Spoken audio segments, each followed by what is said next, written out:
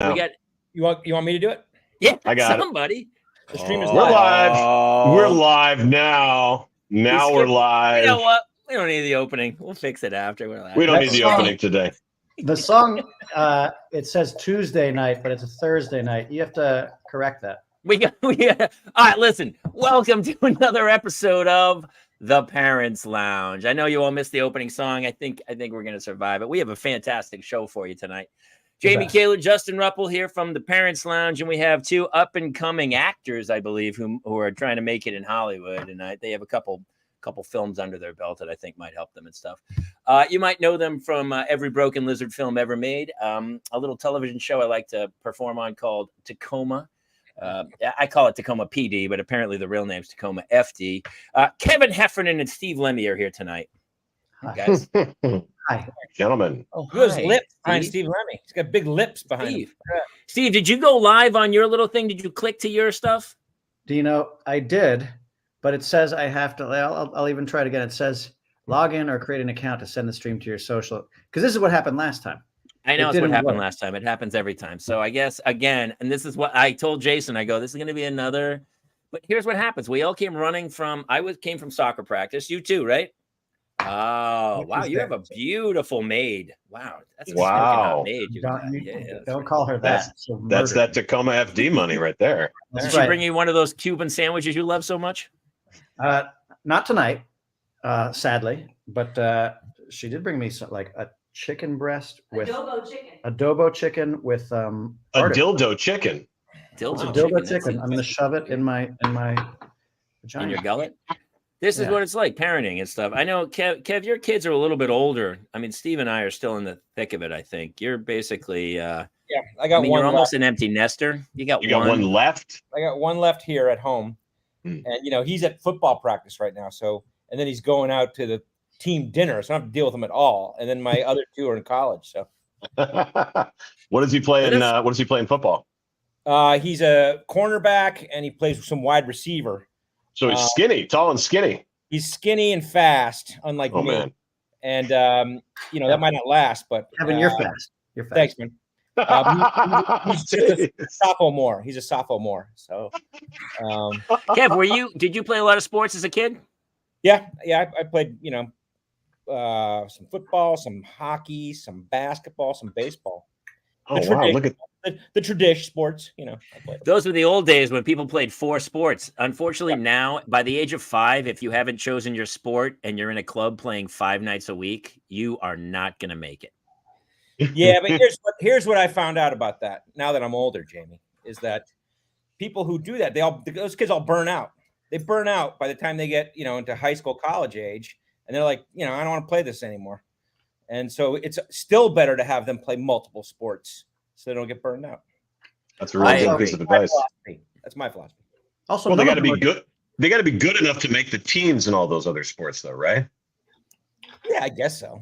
But now I'm talking about more of like, when they're like 10 and 11, 12. That's when these kids start playing like baseball the entire year. Yeah, great. I feel like I'm having dinner watching a podcast right now. Keep going. You are. One of our people said that it looks like you're broadcasting live from the champagne room, Steve. I'm in Saddam Hussein's jerk-off chamber right now. No, I'm in an Airbnb. There's a golden AR somewhere. He has a. He had an amazing party, is what happened, and he had one bathroom designated for all the guests. I believe next time he'll have a porta potty. But that bathroom apparently got destroyed. Steve, do you want to pick it up from the next day when you walk downstairs in the morning? 5:30 a.m. Yeah, I got up. I had to go to the bathroom. I decided I was, I wanted to go downstairs to my special bathroom, and I went running down, and I stepped down my flight of stairs right into 3 inches of black water, and I wiped out. And was completely disoriented, and some light was coming in from my office, and I could see that the whole downstairs was flooded. And so I went in, and I was able to unclog the toilet, like I plugged it somehow. But what happened was the main plumbing line had gotten backed up for 70 feet and flooded the half of the downstairs of my house. And that was the morning of July 5th. And we are still in the process of repairs. And so I am at, I think, like my 6th Airbnb. And this one's got golden. Wait a second. Since July, that's how long you've been out? Yeah. And I can't tell you how many times I've heard the story. I mean, Oh my God. like this is Martin and Lewis, and Heffernan's Martin going, I heard these stories, dude. I actually feel guilty. I feel guilty because what happens is it tends to be like Kevin and I do a lot of Zoom meetings together with, we've got a couple projects. Sure. And we take. And you don't like being in the same room, and I get it. We don't move, and I somehow have become the more punctual of the two of us, and Kevin is always a couple minutes late to the Zooms, and every time he comes on, that's exactly right. He's flexing his muscle. He totally is. Yeah, but the price he pays is that every time he comes on the Zoom, I'm in the middle of telling a story because people are like, they're like, "Where are you? What are those lips behind you? What's going on?" And I'm like, "Oh, I had a flood." And then I go into the whole story. And then Kevin comes on usually right in the beginning and has to sit through it. Mm-hmm. Anyway, carry on. Well, I think the positive note of that story, the only positive from that story is that when you get down to the bottom and the whole floor is flooded, it's pretty great because you can just take a dump anywhere. It's not like at that point you have to aim for the toilet. If the whole floor is brown water, you could literally just drop trow and go anywhere because it's all just poop water everywhere. Right. So, well, that was the funny thing. I was going down there to use my bidet, and I used it. After I was so disoriented. I'm laying in this black water. My house is flooded. I'm like, oh my God! I go into the bathroom. The toilet's overflowing. The bathtub is filled up. I get the plunger, and somehow I managed to get the toilet to go down and stop overflowing. And then I realized, oh wait, I still have to, do my business. But then I'm not going to go in that toilet. So I was covered in black water and I had to find a toilet. And that was one of the most terrifying flushes of my life. Was that new flush. Why? The cat's already left. It's already destroyed the house at that point. The irony that you went down there to clean your bunghole with water and you got your water filled with bunghole. Your bunghole filled with water. I got it. My mind is bending, but I think we all know what you're talking about. Yeah. We figured it out. Dude, you know what's funny is we were talking about like the future for our children and stuff. And it's like, oh, they got to get good grades and go to college and learn something and have a future. And I'm like, no, you don't. Just become a plumber. The plumbers are going to rule the future because it's the one job AI cannot take. And I've never had a dude show up at my house and I go, so what's it going to cost? And he goes, he could have said $2 million. And I'd be like, yeah, okay. Because what are you going to do? You're not going to call a second plumber. It's the one job the dude could extort you for whatever because I don't know. I don't know. Same with the electricians. The electricians are the same way. Like I had a guy who came and redid some stuff and he gave me the quote and I was like, okay. And then it came time to pay and it was 10 times the quote. And I was like, that's not what the quote was. And he goes, oh no, the quote I gave you, that was the deposit. And I was like, oh, okay. And I was like, all right. And then I just paid because it's electricity. I'm not going to fuck with it. And I don't know how to do it. I need it. My wife will give me so much grief. She's like, my father would have just got up there and changed that light. And I go, he's an idiot. He's an idiot. He's not an electrician. Yeah, well, then he wouldn't have been able to figure out email either. So, it's a give and take. That's true. Kevin, are you? I'm not handy whatsoever. One time I did change the seat of a toilet, I think at one time, but that's probably that's the extent of. I'm like YouTube handy. Like I can do some things, and then if I do need to do something, I can figure it out by watching some YouTube videos. But then at some point, I just cut it off, and it's actually more because of anger. Like I get too angry, and then I just break the shit. You know what I mean? Why is it I'm more comfortable watching YouTube tutorials than I am reading the damn instructions? It's true, but you have to find the shortest YouTube video. Like I'll look at the 5 of them. And if there's one that's a minute and one that's 7 minutes, I'm watching the 1 minute one. Everybody does. True. Because the 7 minute dude for 6 minutes goes, hey, listen, man, I'm trying to make it. If you could just follow, subscribe, for the love of God, my wife's all over me. Listen, I am going to tell you how to change a tire pretty soon. It's coming up. But for the love of God, if I don't get this off the ground, I'm going to have to get a real estate license, and I don't want to do that. So just please, if you could just, the tire's coming. You're like, Follow dude, me, click, like me, click. subscribe. One of our favorite contributors said, for you, Steve, oh, Blackwater, keep on rolling. Mississippi Moon. Steve Mississippi Lemme mud Moon getting water up Mississippi his butt. mud, but keep on flowing on me. I have a question for Kevin. Since your kids are older, do children ever reach a point where they are, what's the right term, helpful? Do they ever, let me ask you, do they ever go out of the way and say, you know, Dad, I know you had a long day and stuff.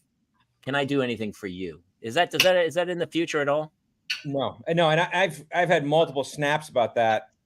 And you know, I feel like when I was a kid that I was helpful, but maybe I'm wrong. My mom recently told me that's bullshit, but I thought that I, you know, cleaned the garage or whatever, mowed the lawn or whatever. And my kids don't do that now. And, you know, I try to be cool about it. And my wife is like, just don't get mad. And I, like about 2 weekends ago, I was in the yard and I was doing something and I'm like cleaning something or whatever. And finally I just snapped, like, what the fuck? Why am I out here by myself? They're inside playing fucking video games. And I went in and I fucking snapped. And then they do shit for you for like a day. And then it goes back to the way it was. I just had that. Had that. They're in the other room. My wife's out of town. So I'm like, I've given them iPads. I basically put them into a Matrix pod where they're nude and there's like cables into them. And they're like, trying to come out of their zombie apocalypse. But the other day, I fucking melted. I was like, you're such a dick. You're making my life so painful. We do everything. You're nice to everybody else on earth except for the two people who control everything about your life. What are you? It's so illogical.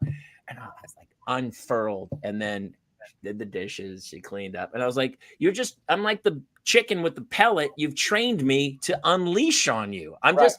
It's going to get shorter and shorter before I don't even like try to reason. I just unleash, knowing, fine, now she'll do for a little while, and then it'll happen again. And I'm like, you're fucking lucky. In California, you grow up with gardeners. Everybody's got gardeners in California. I didn't have a gardener. I was the gardener. I was the gardener. Exactly. Kevin and I have had this conversation, like, because I think it was like Memorial Day. You were having some people over, and you got angry because you were setting up for your barbecue. Yeah, and your kids. I was there. I came. Yep. It was this year. I came.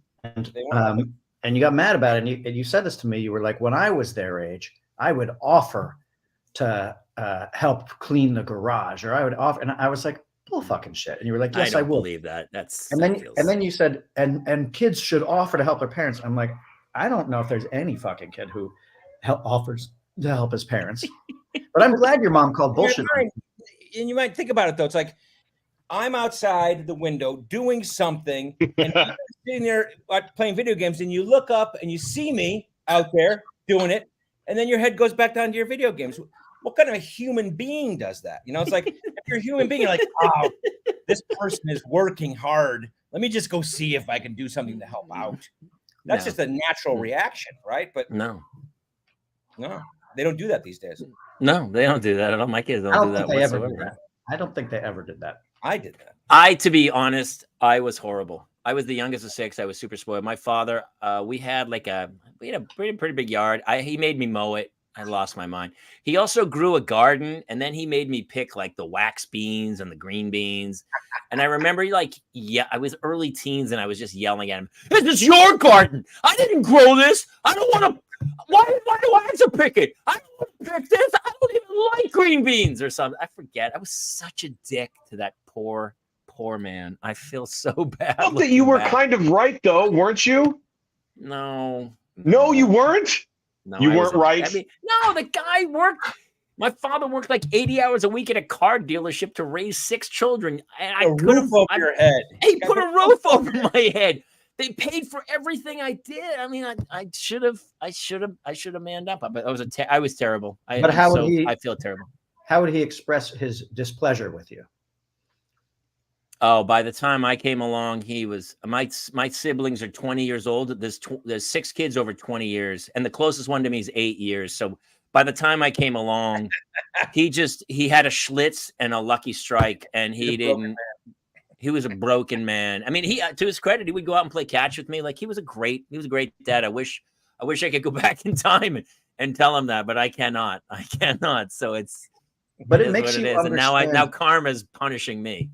Well, but that's the thing. It makes you like, I understand my father so well now that I'm a parent. Like everything he said, I say it, and it's so cliche to be like, I can't believe I'm saying because I said something, but like, there are times, particularly I'm the only one working in this house. Like, look, it's a success problem. We've had a TV show on the air for the last 5 years. And the way it's worked out is that every summer we've been doing something. Like either one summer we've got the writer's room going. Yeah. Or one summer we're actually shooting the show. Or a couple of summers, I think we were editing the show. And it's like, and because of COVID, everything became remote. So I'd be in my home office editing, which fucking sucks. And you're watching footage, you're cutting, you've got an editor who's precious about his cut. You're like, let's do this. He's like, I don't think so. And you're like, I'm getting mad at you, editor, because I'm trying, whatever. Now I'm venting. And meanwhile, outside, there's people jumping in the fucking pool. You can hear cans being cracked.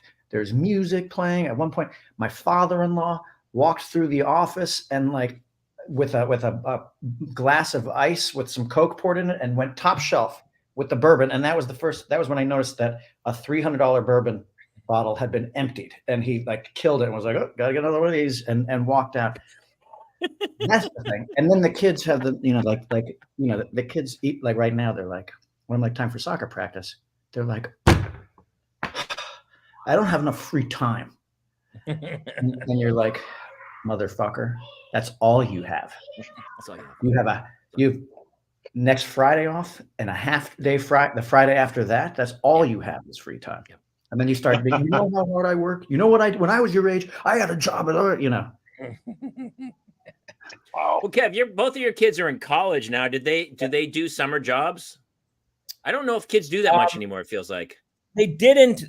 They kind of did. They did like some coaching and some reffing for their lacrosse league. But like we've talked about that. We were like, next summer, jobs for everyone. And it's just because like otherwise they just dick around. Like they don't do anything. Like they need structure, So we got to get them. They're like dogs. They need total structure.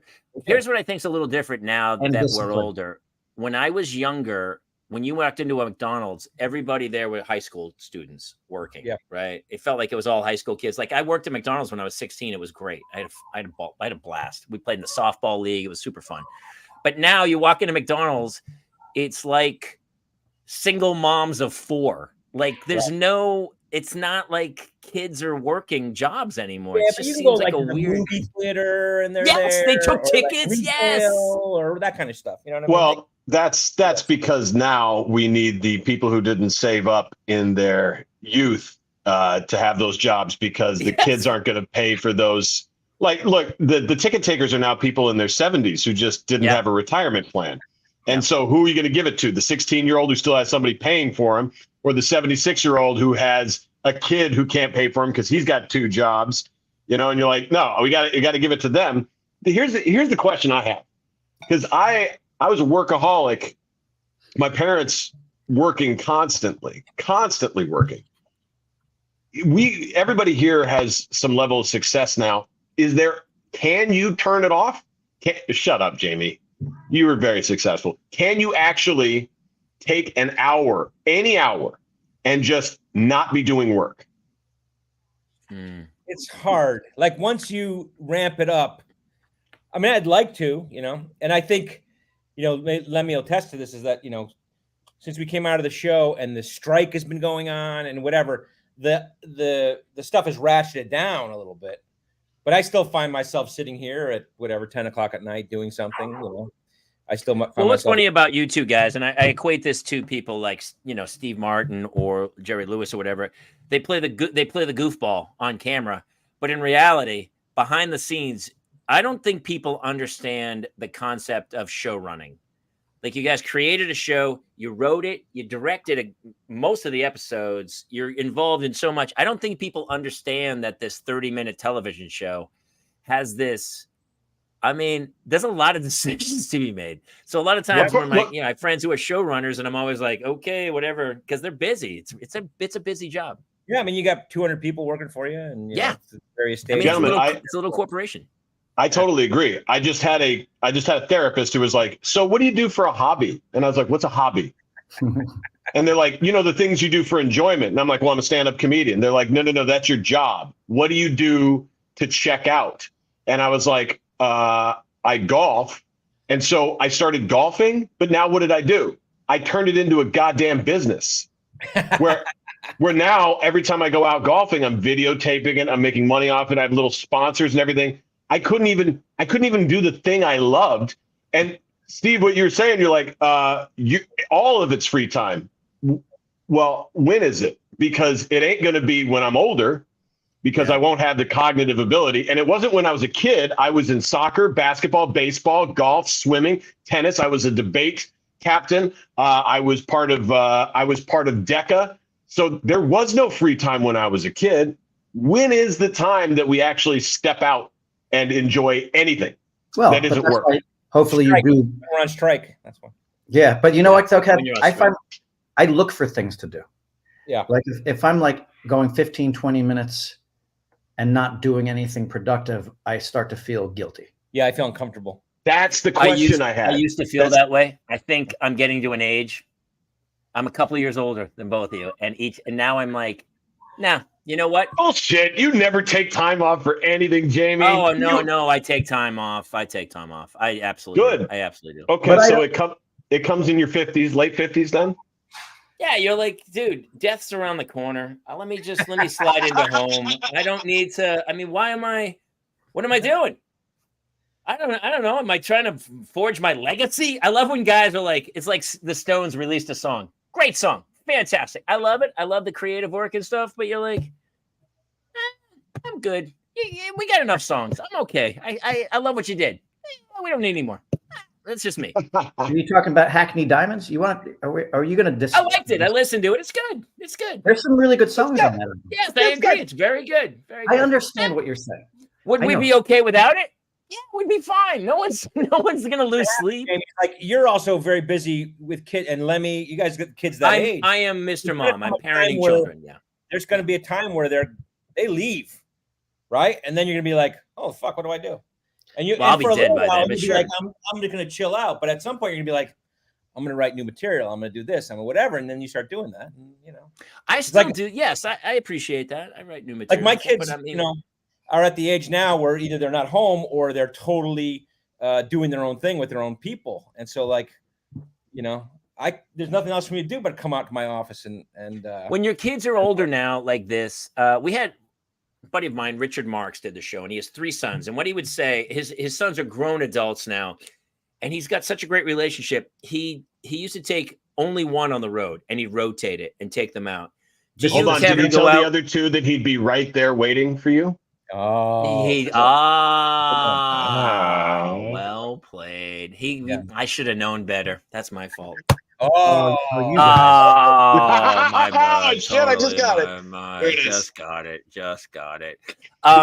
Do you?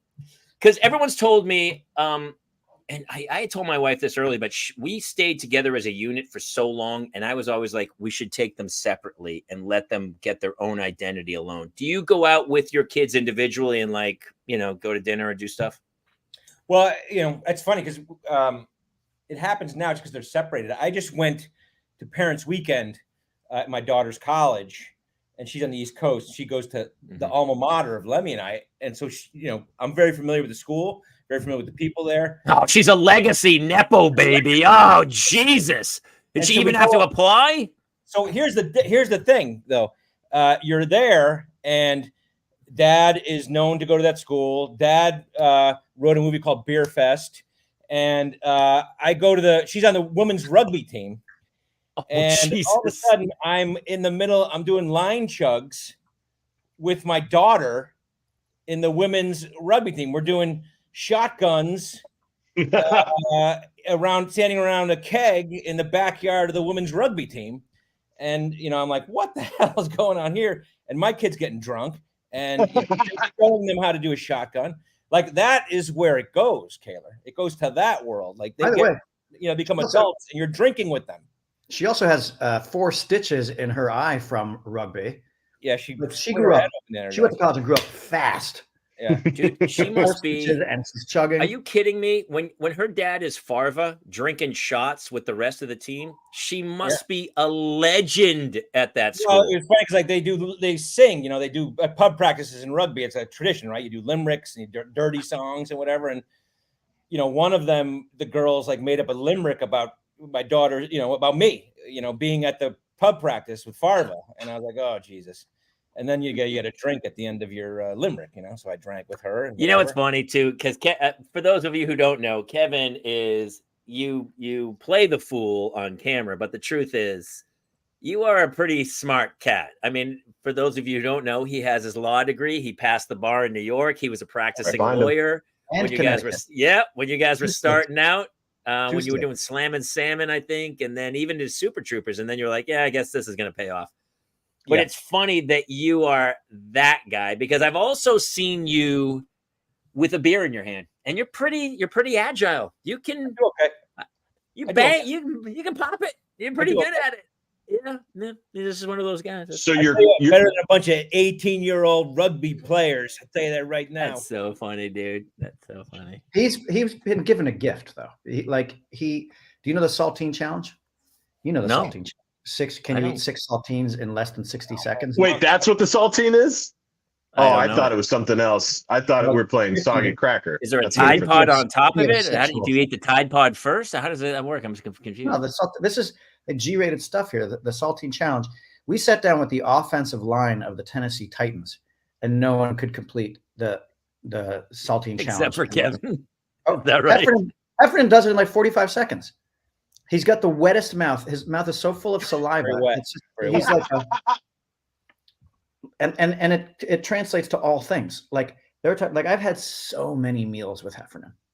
I've sat down with so many, and it's like I'm still arranging my meal and getting my shit organized, and he's 3/4 of the way through his meal, through his sandwich. So you're a slow eater, is what you're saying. You take too much time. It's not. He's still eating right now. He's still eating right now, Jamie. I went back for seconds on my vegetables. They were there. I haven't been constantly eating. I actually did pretty. I'm former Navy, so I eat. My wife sometimes goes, "Hey," she'll grab my arm and go, "Hey, pace yourself. Slow it down." I'm like, oh, that's how I eat. Did you guys know this? Your stomach gets 20 minutes before the brain tells it it's had too much food. Right. So you can literally stuff your face with as much as you can swallow in 20 minutes. And then your stomach gets the message later, like, oh shit, it's up to here, I think with Kevin, I don't think the brain's even in charge. The stomach's in charge. So it's like the brain is messaging the stomach 20 minutes in saying, hey, is there more coming? We need to know. We need to plan ahead. And then he goes, okay, let's get the future. But going back to the chug situation, like I have been with, look, everybody wants to come up and chug with Farva and or landfill. Which, by the way, must be horrible at some point. Well, you learn to moderate, you stop that. You do the shots. I used to go in the bar when people bought me shots after a show. Yeah. I go no, and they go no, and I go okay, and I'd throw it over the shoulder.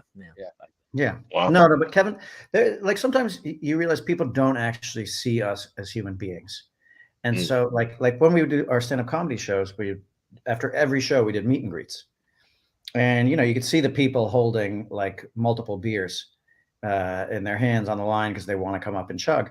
I remember one time we did a show at a brewery in Bakersfield, and like Kevin had just done a chug with somebody, and another guy came up and was like, let's do a chug. And I'm pretty sure that's the closest I've ever seen you snap on a fan, because you were like, I just did a fucking chug. Like, are you all right, if you want to do it, let's do it all together. You have to do one at a time. If you're here to chug, join in. But they come one at a time, and then you're like, I can't do that. You're like, what am I supposed to do? Chug 700 beers? How does this work? At a time? Hey, at least you guys didn't do Weed Fest. It could have been even worse. I know. Well, You listen, know. I texted Lemmy. I was doing some show on the road, and it's like 1 a.m, and I turn on HBO or something, and Beer Fest is on. And at the end of Beer Fest, it alludes to the fact that Pot Fest is coming. We've talked about this numerous times. I think maybe there's something in the works somewhere, but yeah, since I discovered gummies. Oh, yes, of course you did. Gummies. By the way, that is the way that we can say it and have it be okay, everybody, right? It's like, oh, it's gummies. Gummies. You can still hit. You can still hit a punt. Yeah, whatever you can do. Hey, guys, what is legal? Weed is legal now, guys. Weed is legal. Let's just be honest. You'd be surprised. How long do you think it's going to take for people to comfortably say weed? A long time. Well, but here's my question: wasn't it more fun when it was illegal? No. No, let me tell you something. Let me tell you something. Way more fun. Let me tell you something. I'm pissed right now. My doctor today, and I'll disclose what my doctor said. I take ADHD medication, and my doctor said that if you want to continue your ADHD medication, you have to have 0 cannabis in your system, period. And she has the right problem. No, just wait. She has the right to drug test me at any time she wants, because the medication for ADHD is a Schedule 2. So the rule is if I come back with even a smidge, 100 nanograms in my bloodstream, then I am banned from my ADHD medication permanently and put on a red flag by my doctor for any other medication as an addict. But and I asked, would be a dick to do that. They'd be a Kaiser. That's Kaiser Permanente. That's their whole. Bro, stop it right there. Bro, you are walking into a danger zone right now.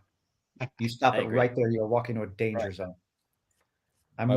As your friend, I'm telling you, you're walking into a danger zone. And here's the thing: maybe if you just kept smoking weed, you wouldn't need those ADHD. Go ahead, Steve. Kevin Heffernan's wife works at Kaiser Permanente. True. Oh yeah.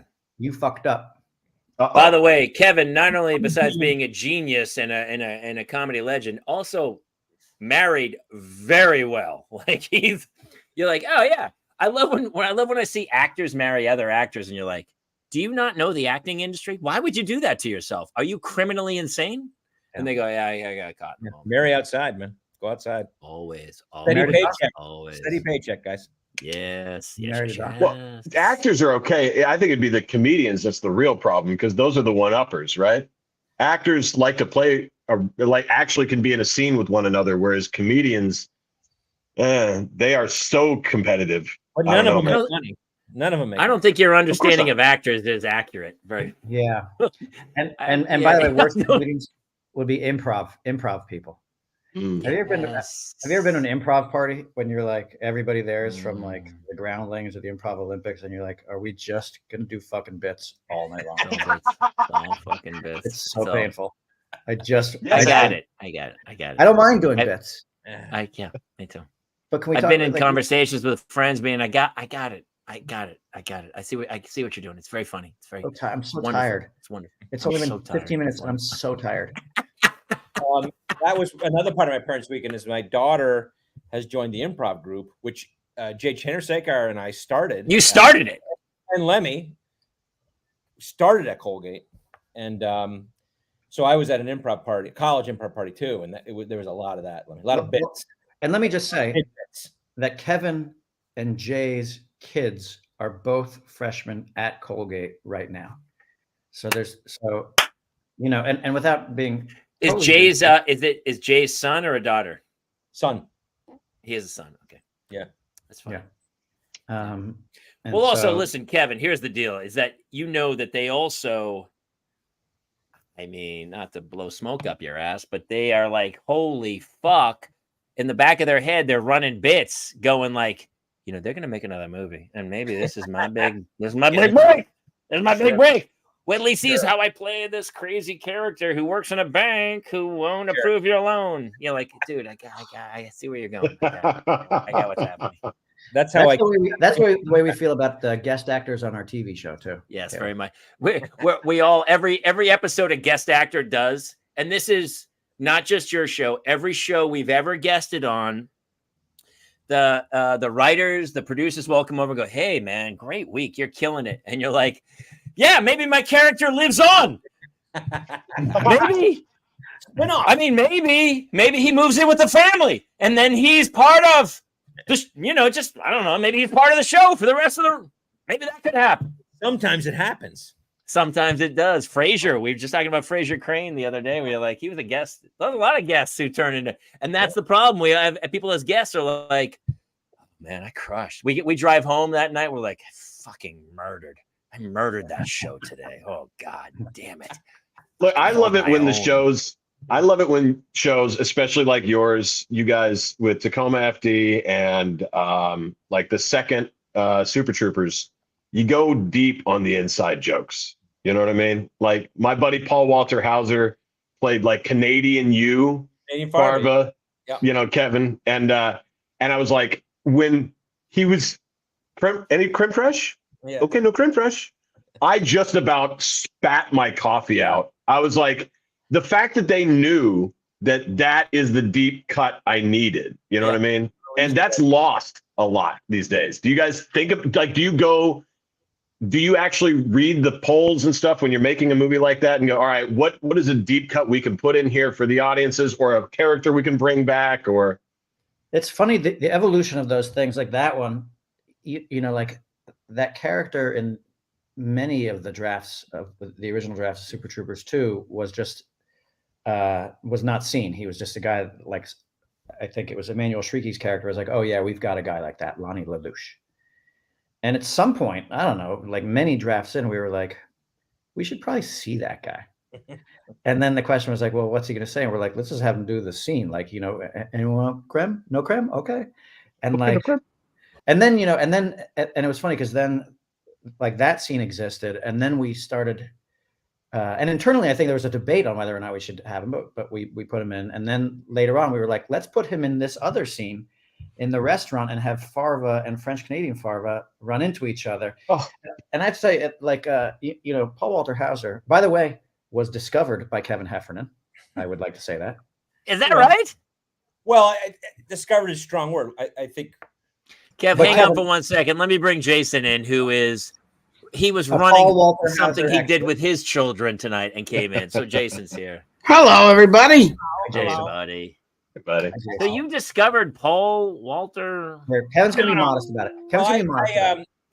I was doing a live show at the West Side Comedy Club or whatever it was. Our friend Colin Sweeney owns that and runs it. Yes, I love that space. That's where and Paul was there with his group. They did like a show and they asked me to come be a guest. I did it. I'd never met him before, and we had a great time. He's an incredibly talented guy. And then it came time to cast Canadian Farva, and I was like, this guy that I met would be a fantastic guy to do it. And I said, let me reach out to him. And so I did, and he had to come audition because the other guys had to see. He went in and auditioned for the casting director, and he was fantastic, and he killed it. And then he came and did Super Troopers 2, and then that casting director was also casting at the same time I, Tanya. And so she was like, you know what? This guy would be great to play that part in I, Tanya too. Let me have him read for that. So it's kind of like, thank you. 6 degrees. He met the casting director through Super Troopers 2, and then got the I, Tanya thing, and then continued. Kevin, from the bottom of my heart, that guy is literally, when I started doing comedy here in LA 12 years ago, he had a job as a host for a large outdoor movie company. Yeah. And literally when he started getting roles like yours, reached down and gave me that spot. That's great. Comics, he's a great human. Best human I know, just so happens to be like that. So thank you for doing that. And then Kevin and I were going up to, I think like maybe San Francisco to do a live show, and ran into Paul in LAX. Yeah. And he was decked out in WWE gear. Yes. And we're like, wait, he's a huge wrestling guy. And he was on his way to like SmackDown or something in another state, and with a buddy of his, and was like gung ho, like ready to smack it down himself.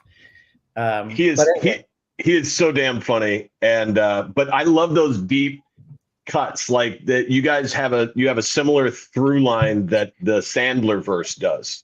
You guys ever hear about that online? Yeah. Yeah. Well, what's the through line in the Sandler verse?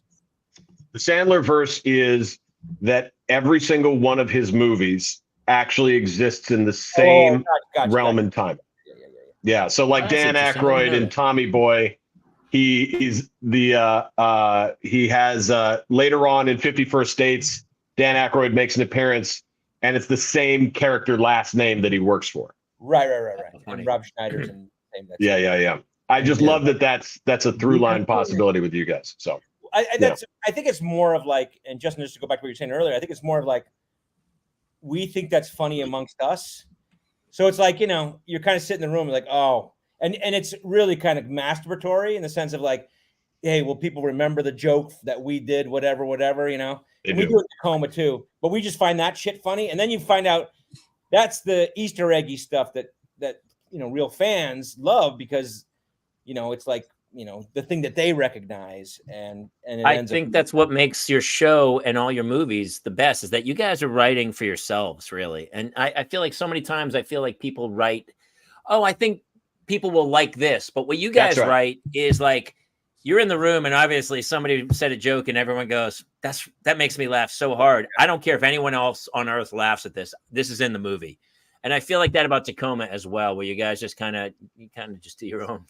Well, which is, by the way, I don't think you understand this, but that's pretty rare.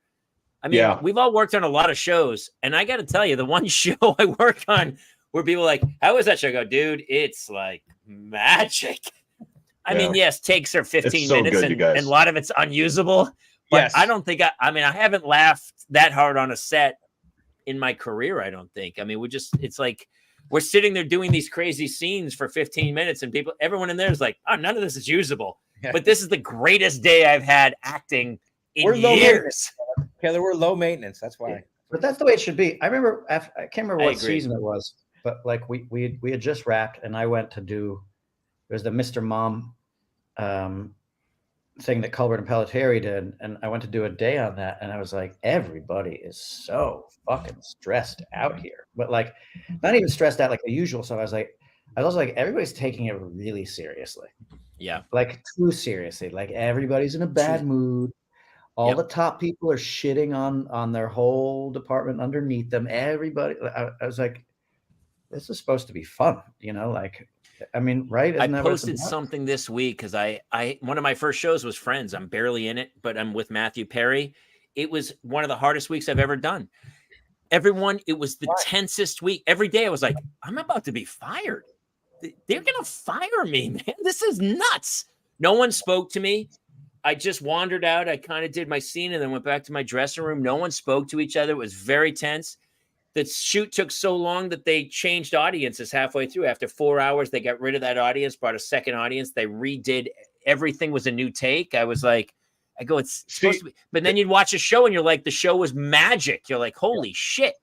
But I did think it was too tense. And that's why when I do your show, I'm like, people show up hours early, hang on set, nobody leaves. Everybody hangs after to watch other people's scenes because it's got this crazy community where people are just enjoying and like going, I can't believe I do this for a living. Like it. So it's, that's the key, isn't it though? The key is always, and maybe I'm speaking out of school here, but it seems just like you said earlier, you got to go with what the creators who came up with the idea think is funny. Right? Because the more cooks you put in the kitchen, the more people are like, well, what if this is? And you're like, no. You're thinking about the audience. They're thinking about making each other laugh. The show always goes by the showrunners and number one and two on the call sheet. Whoever those people are dictate the set. That's why I think, I'm not to blow sunshine, but that's why you guys have so many hits, is because not only are you creating and writing the scripts, but you're also in the pictures. And so how to do that. But it's also years of like, our crew, our guys, or people, guys and girls that we've been working with forever, or for a long time, we've been assembling this crew. And that's another thing too, is like a crew that is comfortable with each other makes the set comfortable, right? Like there's not backstabbing, and there's not like, bitching. There's bitching on every crew, but there's not, it's not that really kind of like we're gonna get fired thing. It is a little bit more of a comfortable atmosphere, and I think that kind of permeates everything. So it's just been, I think it's been years of figuring out how to do that or have that, you know. Well, also, like, I think, you know, one of the things that I really liked was, I really noticed it when we did Tacoma FD, was that our crew was very comfortable pitching jokes to us. Like during scenes, they'd be like, it'd be pretty fucking sweet if the guy did this. And you're like, that's a great idea. Like, all right, let's do it again, do this. And you're like, and then, you know, I mean, obviously you're always going to get. It's not a good idea. Obviously you're going to get some bad ideas too. And you're fired, by the way. You're fired. Get off this set.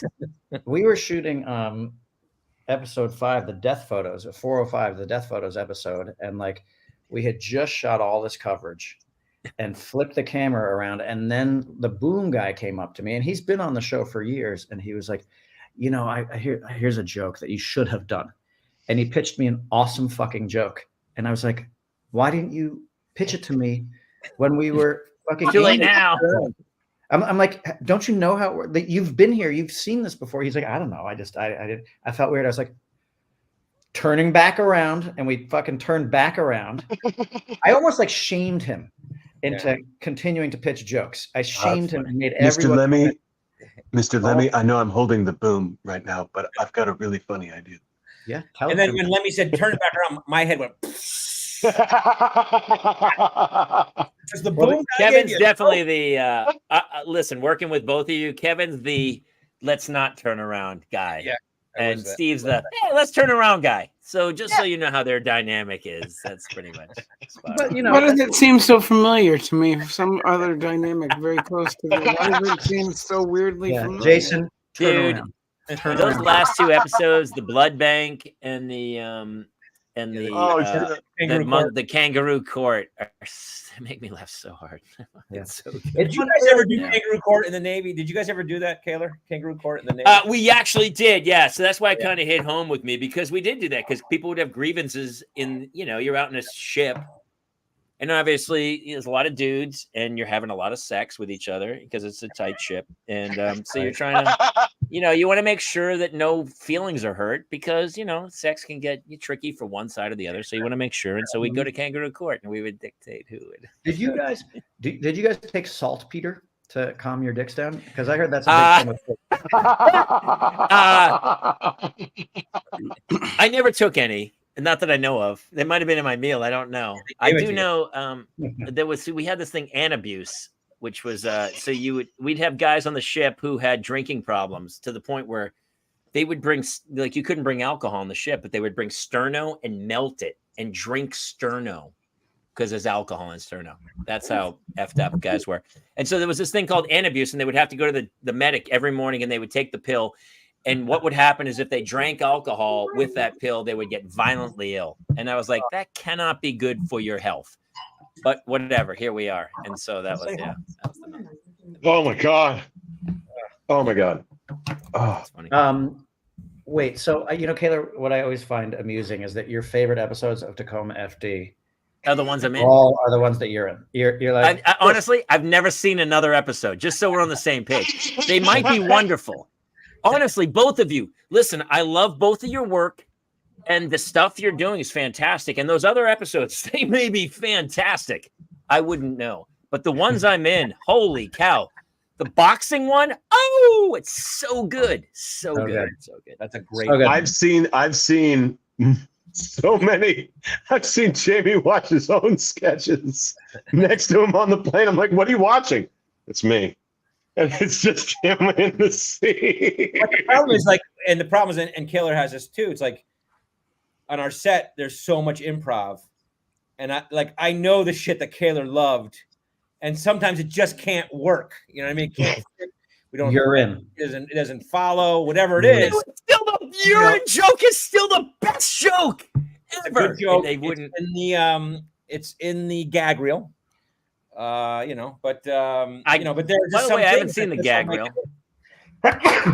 Here's honestly, you guys have kind of created, you've opened a Pandora's box where there is something about trying to get work done where maybe everyone on earth shouldn't feel that they can be a creative input to this thing, because you guys are trying to get your day filled and shot and move on to the next day, and you're trying to make this television show, but everyone's like, I don't know, what if we shot it once where, I don't know, and people are riffing.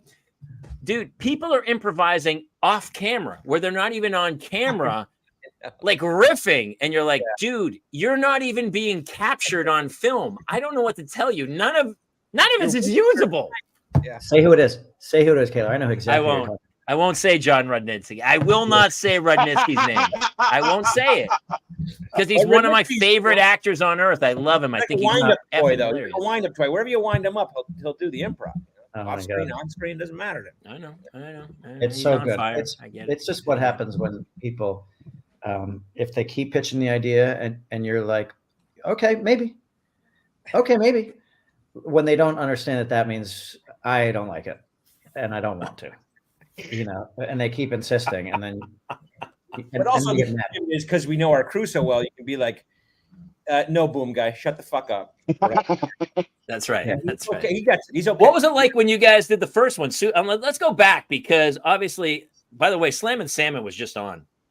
It's really funny. It's great. Good. It's super It's funny. personal. Especially as a guy who worked in a restaurant. I mean, I identify with the whole thing. That was fantastic.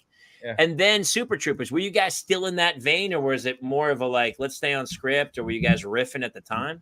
No, I mean, Puddle Cruiser, Super Troopers, and even Club Dread a little bit. The budget was so tight. Like Puddle Cruiser, what was the budget? Like 100 and something thousand, Kev? For Puddle Cruiser, it was a 250. And then like we were shooting on 35 millimeter film.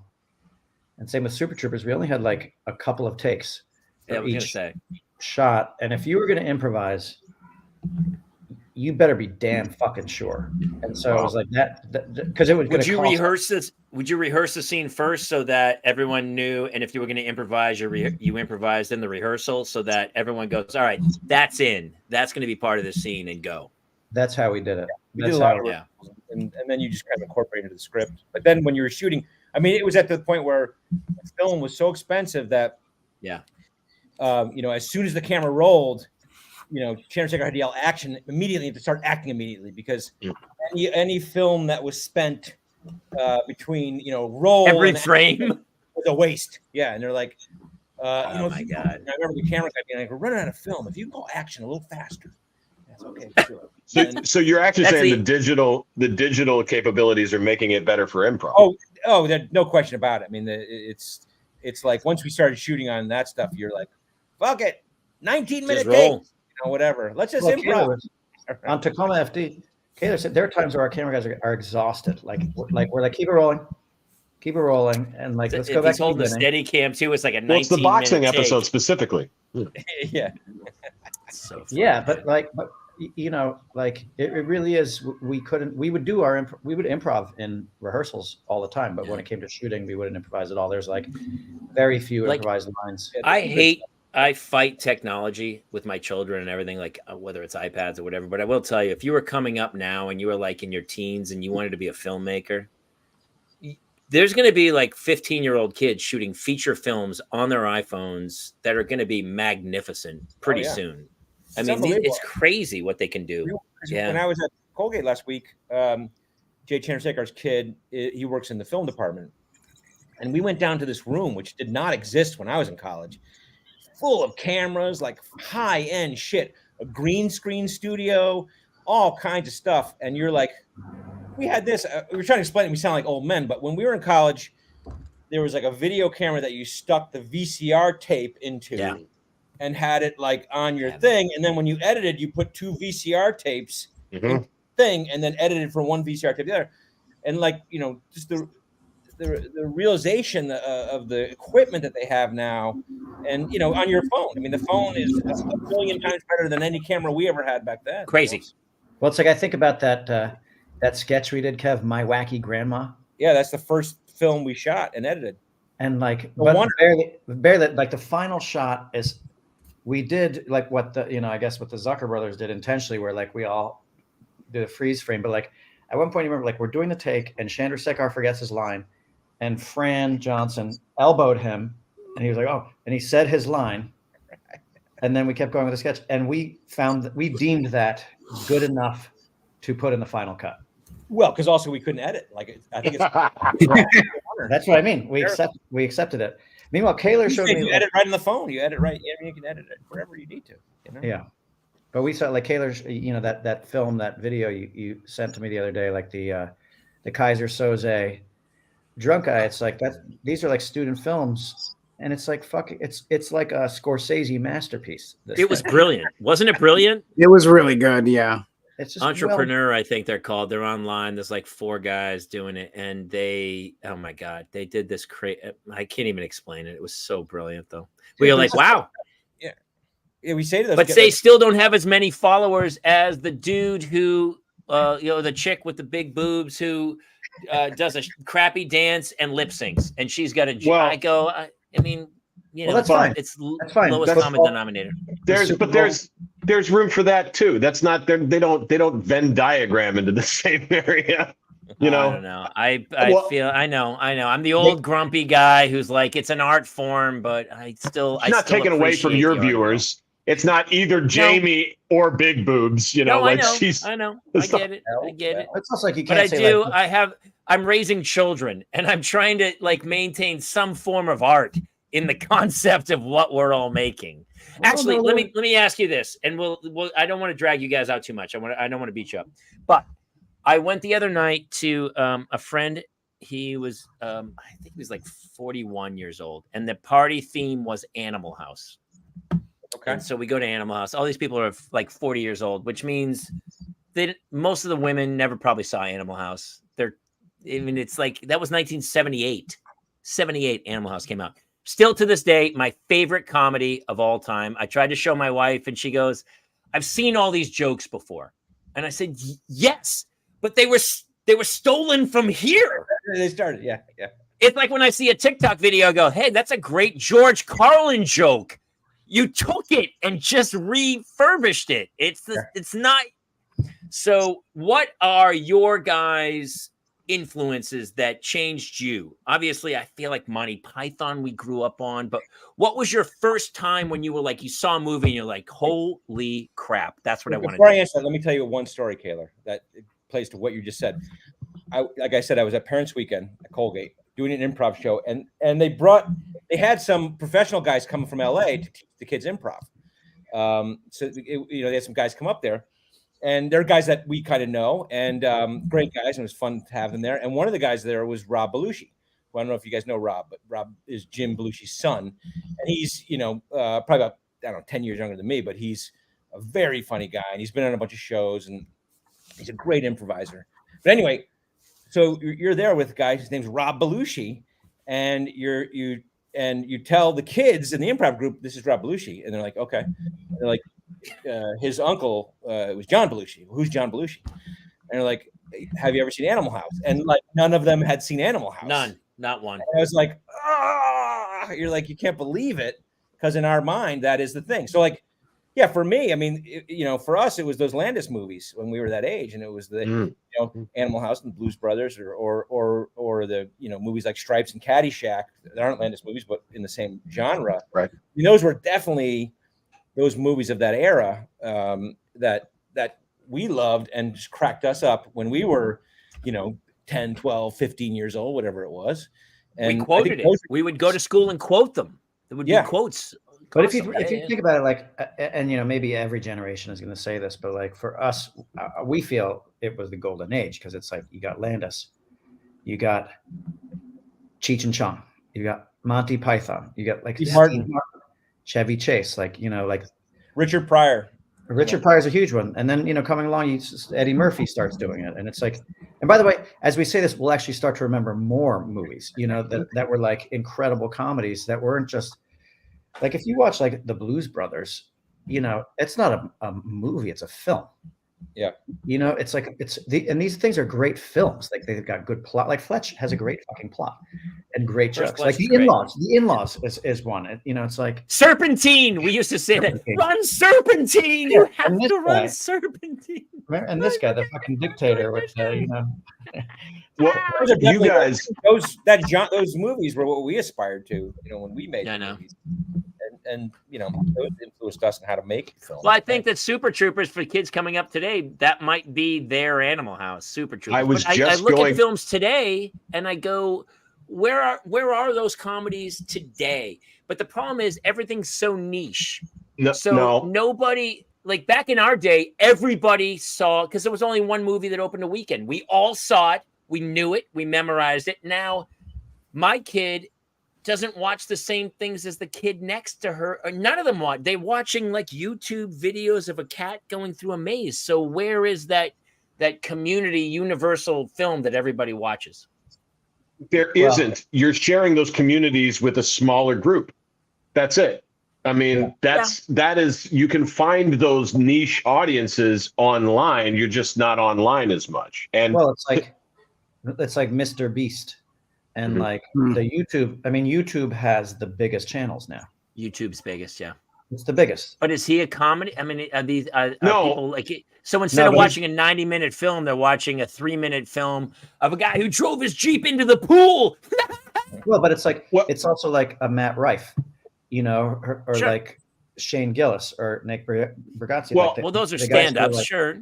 But I'm saying it's like it's Instagram and TikTok are this is the way that people are communicating. Here's my here's a 1-minute clip of what I got, and that is going to bring their. I have a minimal television film history credit list, but I've been recognized from TikTok more than I've been recognized from the TV and film stuff I've done or stand-up comedy. Yeah. But to feedback into what you guys said, your inside jokes are now, 15, 20 years back. I've seen it in several TV comedies or YouTube comedies. You can't say the word enhance and it not be said the way Jay said it. Yeah. There's little inside baseball jokes that are all over the place that came from your guys' stuff. Well, that's because it's now my generation, my 40-year-old body remembers it from 16, 17, 18, 19. So that same thing will happen with Bridesmaids and, the later on, but it's going to take some time to germinate. And we just don't have that big wide noise. I still say noise. Of course. And my kids are like, kids don't understand it. I say noise and my kids don't get it. And I go, you will one day. Listen, here, I want to ask you before we wrap this thing, what are some of your favorite because I think Bridesmaids is up there. I think Bridesmaids is one of the funniest films I've ever seen. Very funny. I would say Wedding Crashers, beginning to end, I loved it. Groundhog Day, I think, is one of the greatest films ever made. What are some of your guys' favorite comedy films from history? Modern ones or anything that really influenced what you think? No, I would go back. Like, I still think Duck Soup. I think the Marx Brothers Duck Soup is like a perfect brilliant film. movie. Yeah. But Spinal Tap was definitely a movie for me. Like, because to understand like the improvisation of it, like that was not something that I knew or I'd seen before, and to watch these guys improvising on film, it just didn't happen so much before that, and it's happened a lot now, with the Apatow movies and whatever it is, but. I mean, improvisation, I don't think was a huge thing, in film before that, in the 80s. I feel like Anchorman really was a lot of, I think most of the big laughs are improvised within the moment, but modern and then stuff, they just retake. I worked with him once. I did Vice with Adam McKay, and I was blown away. He had a speaker on set, and I was sitting next to Christian Bale and Carell's there, and we're sitting there, and Adam McKay would just yell in from the other place over the speaker of like, ask for a deli plate. See if someone can get a deli plate for you.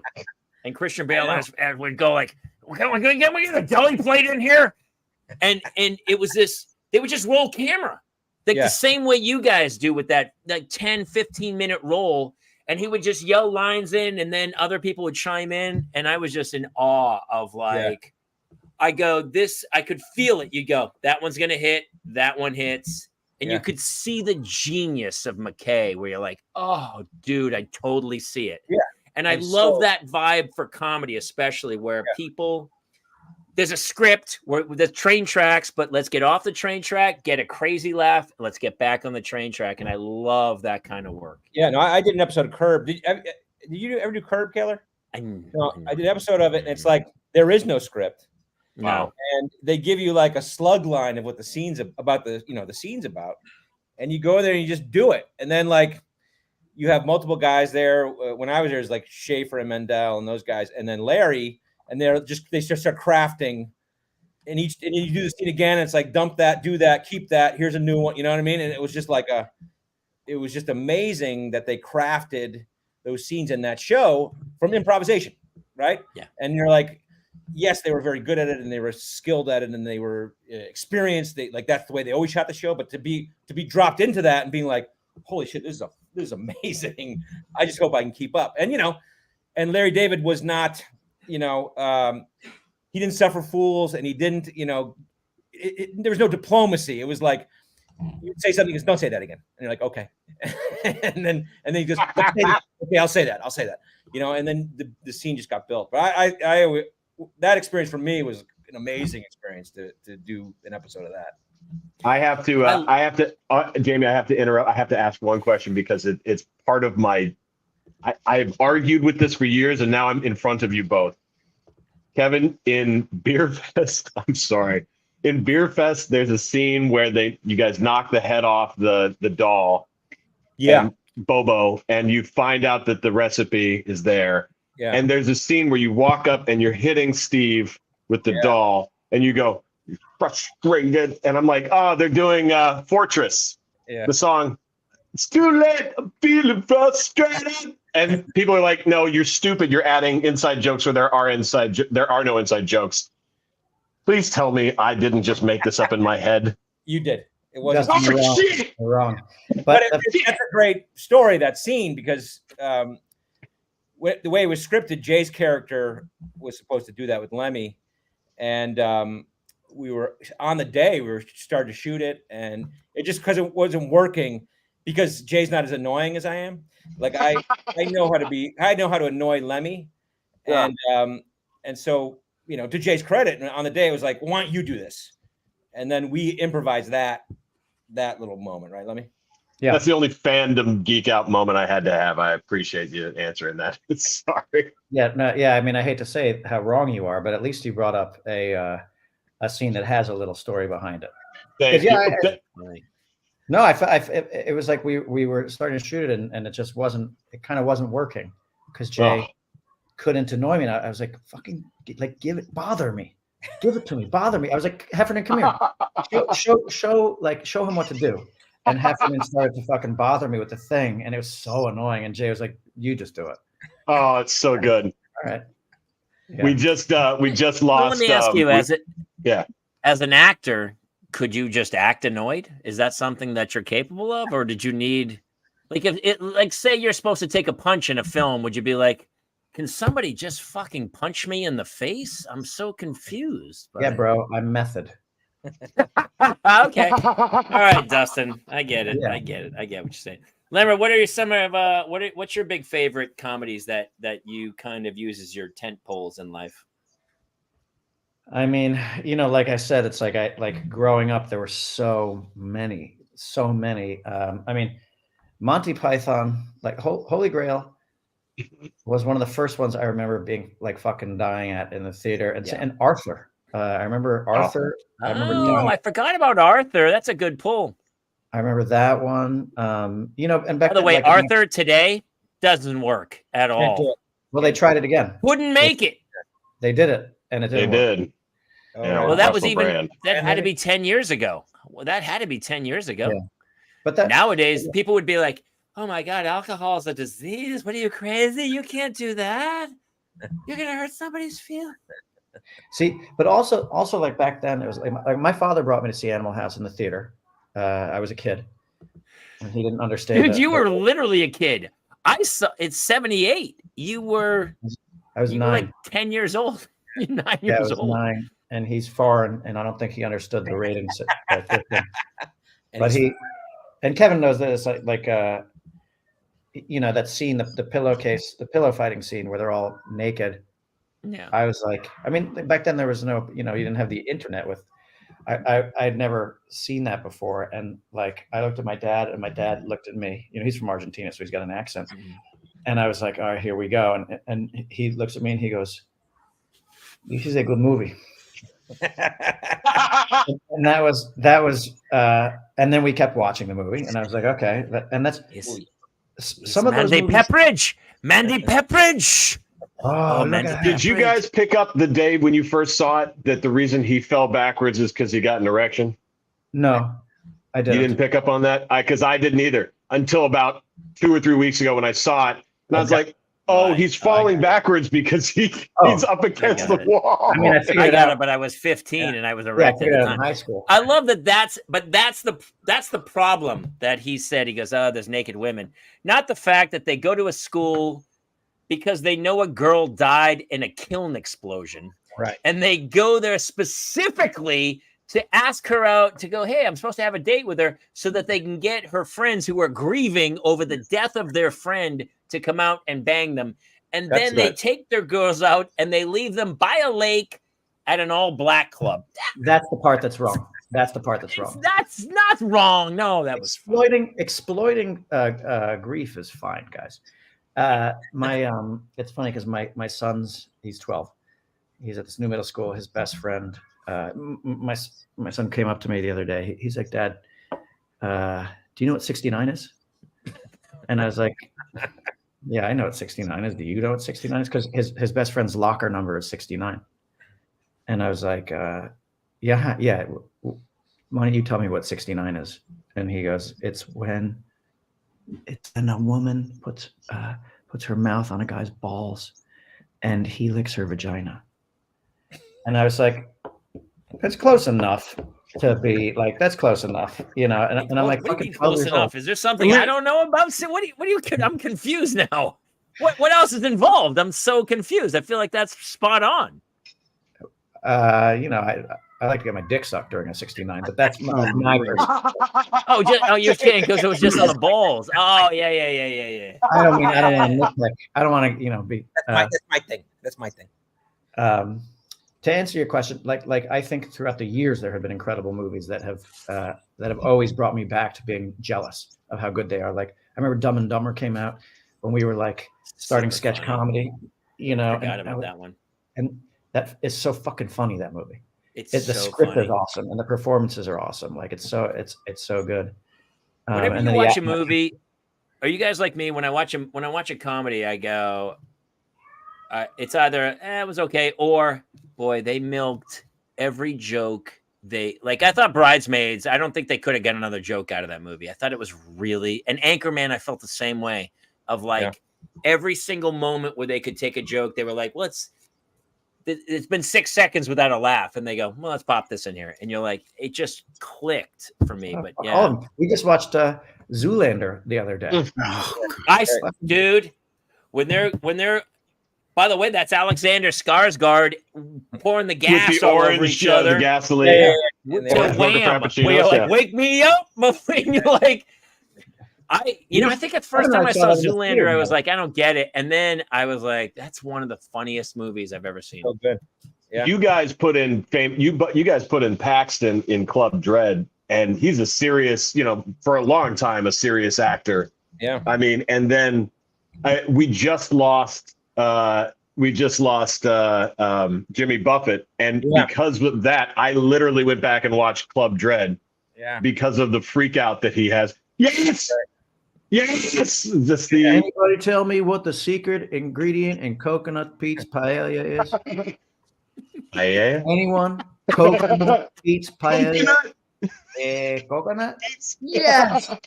Smashes the coconut. Hey, that's another. And then when you guys cut back and you just see him silently throwing shit. Yeah. I'm sorry. But that's also, again, it's more comedy movies. It's like, you had the John Hughes movies, like Weird Science and all those fucking movies. Like, I know, even though I guess apparently they didn't age well, but I still go back and go, yeah, it was funny to me. Comedy is how humor's of its changed time. So much. Like, nobody can take a joke anymore. Like, no one can laugh at themselves anymore. It's all personal now. I think it happens where it does, though. I mean, it's like,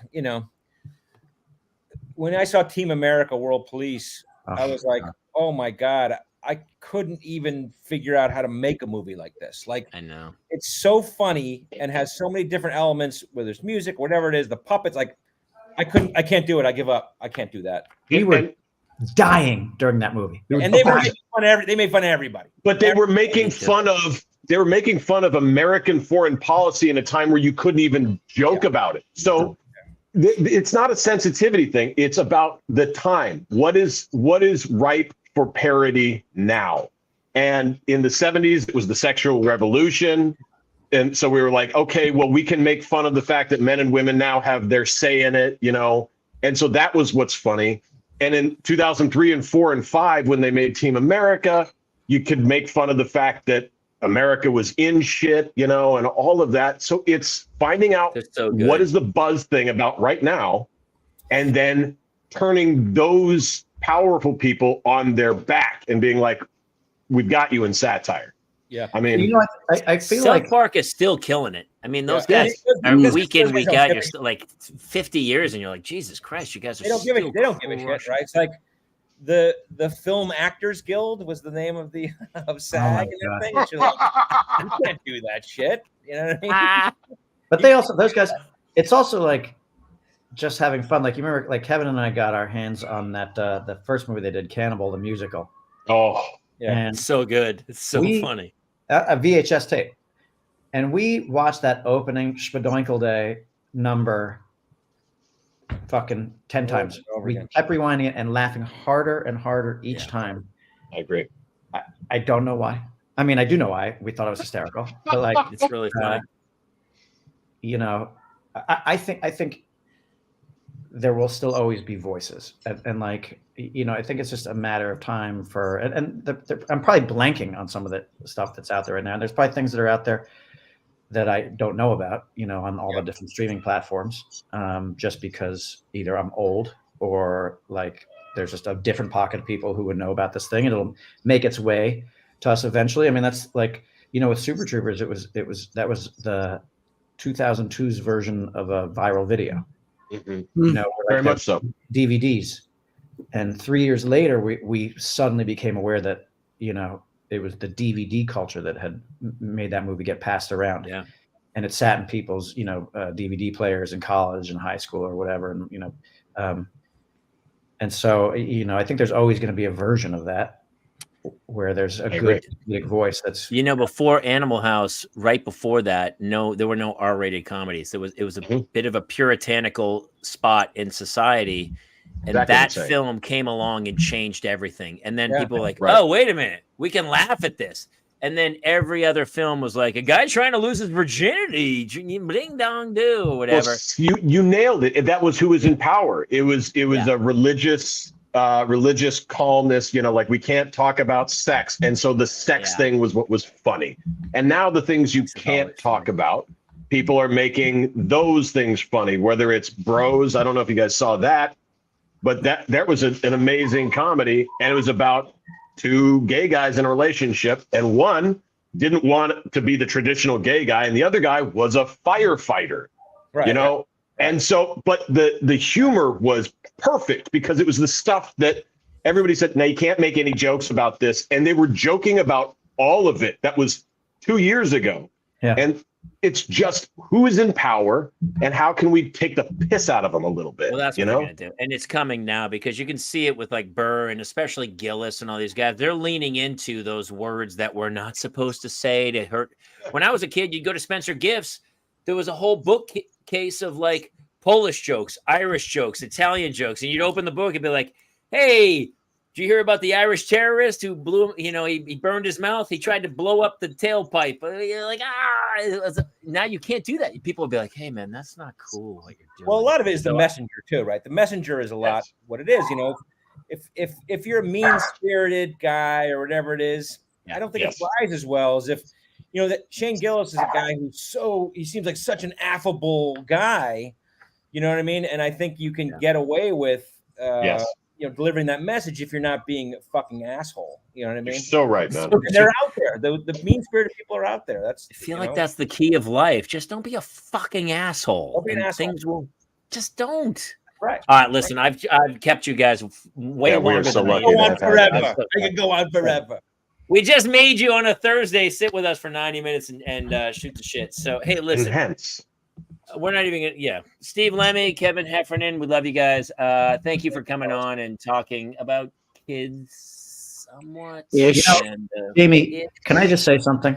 yeah, please. Uh-oh. I've been on this podcast now like so many fucking times, and we have never talked about parenting. Never. Barely talked about. We mentioned Kevin's kids. Remember, Kevin talked about going to his alma mater with his daughter. Remember that? Plenty of it. Plenty of it. We start there, but like for the most part, we always spin off the rails. It's good. I think that's what most Well, parents do, right? Listen, I have no idea. whatever happens by the end of the show, I actually feel way better than when I started this show. And it's about parental mental health. And sometimes a lot of parents don't want to talk about their kids. They want to talk about other shit because we want to forget our kids as much as humanly possible. I might drop mine off at a random orphanage after the show tonight. He's not I know lying. a fire station you could probably drop them in He's Tacoma. not joking. They will take your children at the fire. I station. honestly, I was a little nervous today because both you guys are coming on the show tonight, and I was telling my wife, I go, Kevin and Steve are both doing the show tonight. It's going to be super fun. But I was like, Did I hope we you're no, okay. satisfy you? Up to it. Oh, this is a life highlight, boys. Thank you. live highlight. And honestly, it's super fun. Thank you guys for doing it. I honestly don't want to beat you up because honestly, I want you to come back and talk again because it's really the point of this show is really just for me to just feel better about life. So I appreciate everything. Nothing's gonna do that, Jamie.